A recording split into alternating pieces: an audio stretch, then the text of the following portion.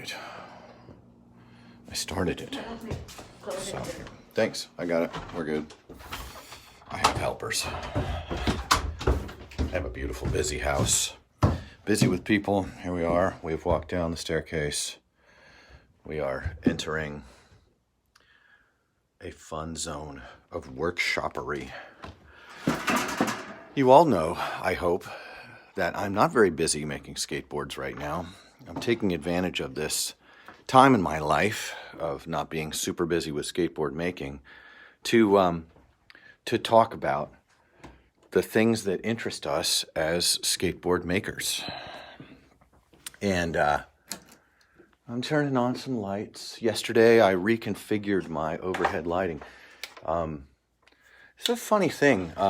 Let's see, what's going on here? Let's see, we got that to there. I bet that I blew the GC ground current flow interrupter again. No, I didn't. I'm good. Okay, cool. I restrung a bunch of lights. I just use clip lights, and I love indirect lighting, man.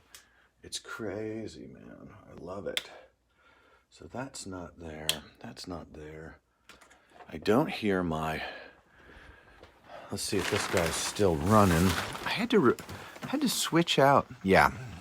So my wood room in here, I've got a dehumidifier on the floor, and my hygrometer is telling me I'm at 25% moisture in there. So, and one of my dehumidifiers punked out. I'm gonna have to turn on the other lights. Anyway, yesterday, the day before, while I was down here enjoying time with you guys, I was double timing it and reconvolutating my lighting. Just running. Now these two don't want to work. And I think it's because my power strip here, which plugs into this outlet here, isn't functioning properly. Let's take a look. It won't reset. There's no char on the outlet. You know you don't want your outlets to be charred. Can you guys just laugh with me about things? Yeah, I know when an outlet's bad. It's usually got some char around the holes. Yeah, that's me in a nutshell. Yeah. So, yeah, I put up some lighting. Just changed around some of my cheap lighting, and then when I'm doing a station thing, over here at my drill press, I've done a lot of videos on how I drill one hole at a time. It's not terribly. Let me get my coffee. Come on, how am I living right now? Get your coffee, man. That's what this is. So one coffee. It's a 1 cup of time together. It's good to see some of you guys on here. Yeah, when I drill my holes, what I wanted to say was it's not terribly time consuming. I've done videos on it before, but one of the things I found was really important was to have multiple angles of light. This guy, and this guy. Boy, everything's backward. Get multiple angles of light so I can see the shadows and use them to zero in my drilling. And it's really fun to discover years and years ago that worked really well for me. How do you guys zero in your drilling? Now, I have another secret. I zero in my drilling by first I mark with one of these bad boys my truck holes, using one of these bad boys with holes through it. So I mark my truck holes on the deck, and then I follow up, and I hammer this bad boy about 4 times with this bad boy, and I get a nice deep mark that drags the bit center. I love it. It just puts a little bit of work on the bit center and brings that bit center into the zone. So that's but I wanted to continue our ongoing conversation. I love that we can do this in pieces. We don't have to do everything at once. Also, I'd like to put up, it's not a disclaimer. I'm not intending to disclaim, but there's a certain degree to which I think some of you may conclude at the end of things, I'm kind of an idiot. I'm not a bad kind of an idiot. I'm a good kind of an idiot. I'm the idiot who's willing to put my neck up above enemy fire and give us all a little bit of a what you call it, give us all a little bit of a view into some things that otherwise we wouldn't have looked at. I believe that. I think that's true. So I'm leveling you guys down here. And yesterday we did this. You can go back and see. We did this. And was last night I got a great question. It's one of those questions that kind of, it would let the air out of my balloon. But my balloon doesn't run with a lot of air in it. You know, the things that make me confident aren't being better than other people. I think you guys may or may not know, but back when I was a young kid, I got saved. And ever since then, I just don't have like the kind of balloon where when you letting the air out of my balloon doesn't really happen. And yesterday, because I don't need to be all that in order to feel level. Someone else was already all that for me. And so I tend to have a really relaxed and happy view toward, and Jeroen from the Netherlands yesterday asked this question. He says, you know, I'm going to paraphrase and expand his line of questioning because it quickly became my own. Hey, you're talking about wedging and shimming the tails on skateboard decks in your molds. But isn't it the case, and I'm gonna do you guys like this. Great question. Baltic birch laminate question. So let me pull my chair up here. All right, so if you think of a skateboard mold, this is my top mold and this is my bottom mold. Now you may have them reversed, right? You may have it doesn't matter. And you're wedging a tail, or you're wedging a nose, or you're wedging a center, which we haven't talked about yet. Jeroen really kindly asked this question. He didn't say, Lou, you're an idiot, which is always nice and pleasant, but far too often true. He said, Lou, you know, you're wedging a tail, and you're putting a wedge in here, you know, and you're putting a wedge in here. Isn't that gonna mess up your force compression? You know, probably, he didn't say this, but probably gonna mess with force and compression, increasing compression on the tips and messing with that. Isn't it gonna mess up your compression in the pockets and the center of the board? Again, his question quickly became my own. And I was like, well, you know, I think the answer is yes. The answer is yes. But the question, in response to the question, is to what degree? Anytime you're shimming a mold to get a tri-tail or a spoon nose effect, you're not going to be able to do as much as you would do when you are working a mold in the beginning. So, for example, for a tri-tail, you know, we want to make a board where the tail of the board comes back. Here, we'll do a fishtail kind of. I should have made it more square. We want to do a fishtail where we've got a triangulated lift here and there, right? Right. You know, so we're going to shim under, and then we're going to shim a piece on top that corresponds here. Ironically, that's backward to all of you. Double irony, my handwriting is illegible. I love you guys.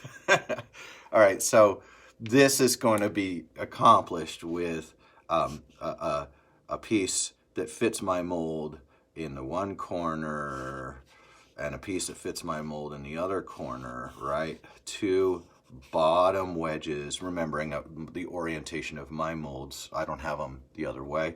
So, and then that's going to be bottom to lift. This is going to be on the top to press down and complete compression in the tail. But a side view of these, just take a side view of this one. I'm just going to put 2 dots here. I would use probably 2 thicknesses. Oh, that's 3. 2 thicknesses of veneer. That's I use 16th and sometimes when I'm scrounging veneer, I'll get 20th. But I'd use 2 16th pieces, and I would have a very mild tri-tail for exactly the reason behind Jeroen's excellent question, which is why I love us being a group, because you can't just always get this when you have a confident expert who's just telling you how it is. Yes, you can wedge for a tri-tail, and the same for if you've got a nose of a board, you know, and you want to spoon that nose, which means you'd like to bring what I would say, you would like to bring a crescent of concave out in your nose. Well, you can see this is going to be a wedged crescent. You're going to have to craft that. And I would go maybe to, I might even go 3 thicknesses deep, okay? I might even go 3 thicknesses deep and then sand bevel it down toward the middle, bevel it down that way. I think I might be able to go 3 16ths, and that would be, remember, this is inspired by my experience of putting in an extra ply in the tail and nose of boards and seeing that there's a really high capacity for probably a few different reasons. There's a high capacity for my molds to respond well to a little extra in the ends. Now I'm going to go ahead and I'm going to turn this back up, and we're going to have a chat. I'm going to mess with my tripod, guys. So bear with me with the wiggling. I know you bear with me well. You guys are you've all been really good media and internet friends to me. Thank you guys for being here today. Luke, I'm going to look at your comments now. Luke Coffee says, surely that amount of shimming won't jack up compression to a degree that your deck will have a failure. I would like where you're coming from, Luke, because I've been doing shimming in the tails 1 and 2 added layers with no issues. Again, where the issues are going to come in is they're going to come in if you're in, you're basically narrowing your press and increasing compression up here. You're going to get problems in this area. And I don't want to ruin any boards trying to figure it out. I'm not a big experimenter. I haven't been doing this longer than other people. There are other places that have more of a laboratory approach. Some of you guys are more of a lab approach, and boy, I love it. And I just know I've done a few things, and I get a few ideas, and some things are worth experimenting with. Let's see another one here. Oh, yeah, Luke has seen me do it. Yeah, Luke worked with me in my workshop for quite a while here, just as a brother and a friend. Now, Eric Sanders asks about Baltic birch. I'm going to write that down. We should. I have 2 experiments coming up, and I'm in a place right now where I can't put any money into my operation. I am right now bare bones. It's COVID-19. Unemployment is upon my household. It's an interesting time. So I'm catching some handyman jobs here and there. I'm doing a few things here and there, but I'm not able to go out and buy a bunch of stuff. But my next 2 experiments that I'd like to do just for me is I'd like to go get some 3-ply hardware store Baltic birch, and I'd like to go get some glass fabric and make some. I'd like to press in my presses with my concaves with 2 layers of Baltic birch, 3 layers of maple. It's less than half the maple you use on a normal layup, and see what the dynamics will be. Try that with just glue, and then do glue and glass, and not using epoxy, because glass will stay. I've heard from reliable people, glass will stay with glue. You don't always have to do the full epoxy with glass. I don't know, but I have met people who've done it, and it does make sense to me that glue would work if you put it in right and let it cure right, that you're going to get insane boards. Now, those would be quite thick, but friends, we're in the world of 9-ply longboards. We're in the world of 9-ply layups, and it's exciting that I could be making bomb-heavy, gnarly glass pack indestructible boards, because if hard times hit us, durability is going to be king. And also, that's fun. So those are 2 experiments I want to do. Let's look at some more comments here. Good morning, good morning, good morning. Darren Tyler says that's me too. I bet he said that about the light sockets. Yeah, light sockets and electricity and me. I'm grateful that I actually, in the beginning, had a real electrician wire in my shop really nicely on a sub panel. And I'm very grateful for my friend who did that work, and I miss him very much. Good. Eric Sanders, I have a board from the Netherlands, and it has extra bamboo in the tails, which adds more oompa to the kicks. Yeah, an extra layer. I like that they used bamboo in the layer. I have a lot of cutoff in my place, and I like using cutoff for even drawing things. Who knows, if I make a board with an extra layer in the tail, it might be this drawing itself, because I'm not above it. I don't think Sharpie marker is going to mess with the glue adhesions at all. These things ain't going into space, as my Uncle Bill used to say. He's not my uncle, he's Bill Danforth. And so we're almost... let's see, my concept, Eric Sanders writes, my concept, this is for making a board out of birch ply, is using 1/2-inch 7-ply sheets for making sidewalk surfing, like 33 by 7 inches. 1/2-inch birch ply, I think I would go with a maple ply or an oak ply, if you can find it. Birch is really flexy, so you may love it. It could work. I was about to say you may want to watch out for that, but maybe you want to not watch out for that and give it a shot. Sidewalk surfing is so fun. I mean, yeah, go for it and make one and ride it and let us know how it is. Yeah, I have lots and lots of things to say about all these things, but this has concluded our cup of coffee this morning that we had together. And I'm looking forward to what comes next. Yesterday, I hung some different lights. The day before, I moved a couple fans around. I've got, I'm enjoying the man cave feel of the workshop. And I think you guys probably know that the workshop experience got highly toxified for me.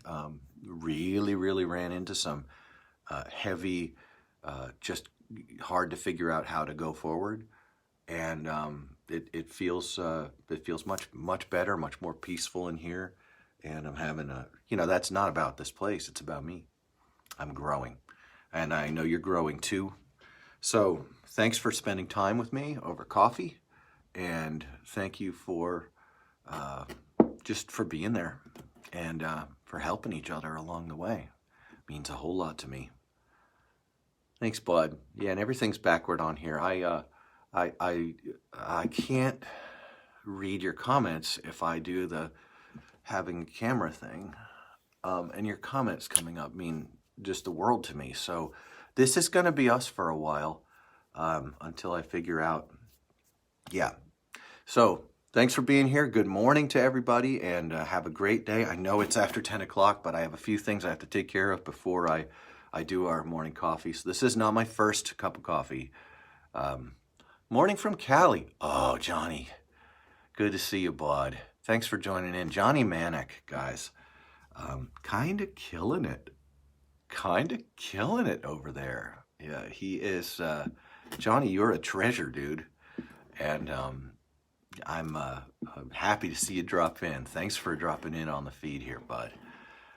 Johnny Manic at Manic Skates is kind of killing it, friends. So I'm excited about these little gems that I'm finding. I mean, a lot of you guys have been at this for as long as or longer than I have, but just coming together and sharing tech with each other. Did you guys catch, I think it's Ryan Hall's video last night?